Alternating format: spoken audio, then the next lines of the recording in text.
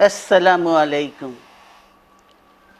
প্রতি বছর মে মাসের এই দিনটি আমাদের পরিবারে আসে এক বেদনা বিধুর স্মৃতি নিয়ে। এই দিনে শুধু আমাদের পরিবার নয়, বরং সমগ্র দেশই হয়ে ওঠে পড়েছিল বেদনার্ত ও অভিভাবকহীন।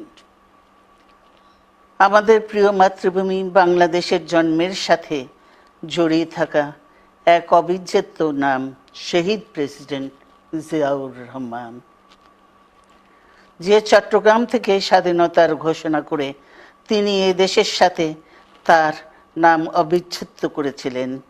সেই চট্টগ্রামেই এক সফল, সৎ, দূরদর্শী ও প্রকৃত দেশপ্রেমিক প্রেসিডেন্ট হিসেবে নিজের জীবন উৎসর্গ করেছেন।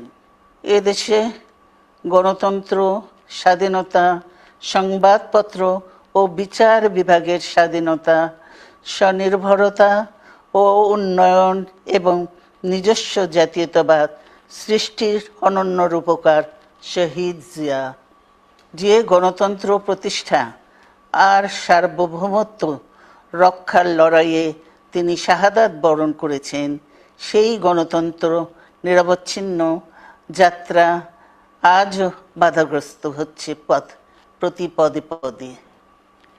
খুব শীঘ্রই আমরা বাংলাদেশকে গণতন্ত্রে পুনঃপ্রতিষ্ঠিত দেখতে পাব। এই হোক শহীদ জিয়ার শাহাদাত বার্ষিকীতে আমাদের অঙ্গীকার।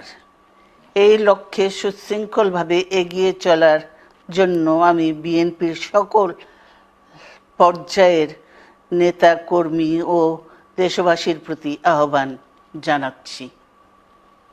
মনে রাখবেন, সবার জন্য গণতন্ত্র ও উন্নয়নের মাধ্যমে সকল সমস্যার সমাধানের যে রাজনীতি শহীদ জিয়া রেখে গেছেন, তা বাস্তবায়নের মাধ্যমে তার প্রতি শ্রদ্ধা জানাতে হবে।